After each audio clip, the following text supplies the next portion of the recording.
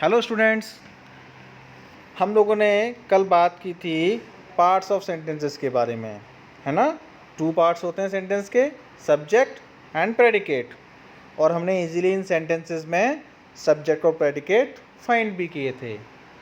अब हम सब्जेक्ट्स को फाइंड करना सीखेंगे कमांड्स के अंदर। अगर कुछ कमांड्स दी जाती हैं तो उसमें सब्जेक्ट क्या होगा। जैसे कम हियर, ये कमांड दी, मैंने किसी को कमांड दी, किसी को बुलाया कम हियर, तो देखिए यहाँ कम एक वर्ब है ना।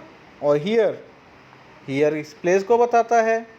तो अब सोचिए यहाँ ना तो कोई पर्सन है और ना ही कोई थिंग है, तो सब्जेक्ट क्या होगा, क्योंकि सब्जेक्ट हमेशा कोई एक पर्सन या किसी थिंग का नेम होता है, या प्रोनाउन भी हो सकते हैं।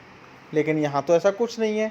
नेक्स्ट सेंटेंस में भी ऐसा ही है, देखिए डोंट टॉक, यहाँ भी सब्जेक्ट नहीं है।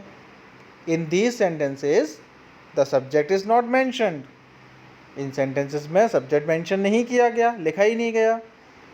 क्या होगा subject? The subject is actually you and the sentences actually read like the following. इनके अंदर सब्जेक्ट हिडन है, छुपा हुआ है, जो मेंशन नहीं किया गया, लेकिन हमें समझना है ये सेंटेंस, इन सेंटेंसेस के अंदर सब्जेक्ट यू होगा। इनको अगर हम फर्दर रीड करेंगे तो इस तरह से रीड करेंगे, कम हियर, कौन, who come here, you come here. मैंने यू से बोला आप आइए इधर, यू कम हियर, है ना। कमांड दी जाती है तो हमेशा यू को दी जाती है। डोंट टॉक, किससे बोला डोंट टॉक? यू से, यानी यू डोंट टॉक। आया समझ में? जहाँ सब्जेक्ट मेंशन नहीं है और कमांड दी जा रही है तो वहाँ हमारा सब्जेक्ट होगा यू।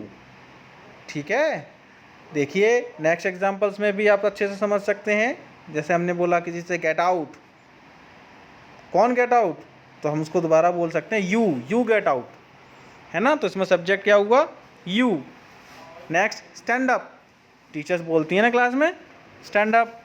अब कोई स्टूडेंट पूछे ma'am who, you stand up, है ना। टीचर यू सिंगल भी हो सकता है, सिंगल पर्सन, और एक से ज़्यादा भी हो सकते हैं। ठीक है। सेम कीप साइलेंस, इसमें भी सब्जेक्ट मेंशन नहीं है, तो सब्जेक्ट क्या होगा? You, because these are commands, ये सभी कमांड्स हैं।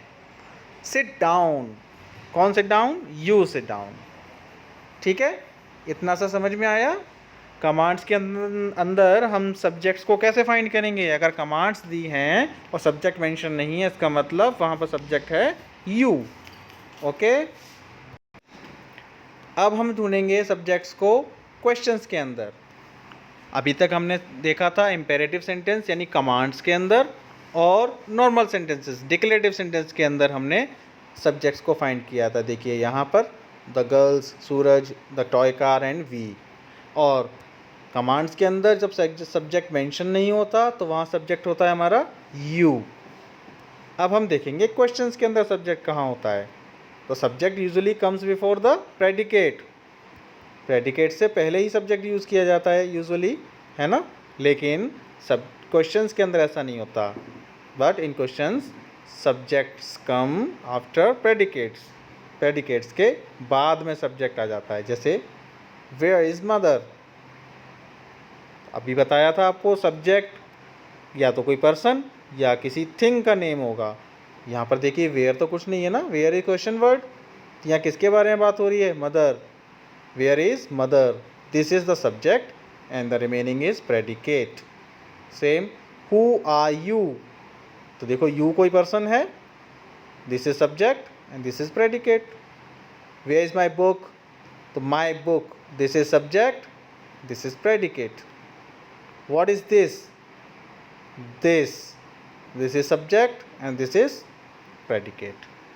Okay? Now you have to do this exercise in your notebook. Circle the subjects and underline the predicates in the following sentences. ठीक है, अगर कहीं सब्जेक्ट मेंशन नहीं है, जैसे कमांड्स के अंदर सब्जेक्ट मेंशन नहीं होता, तो आपको क्या करना है?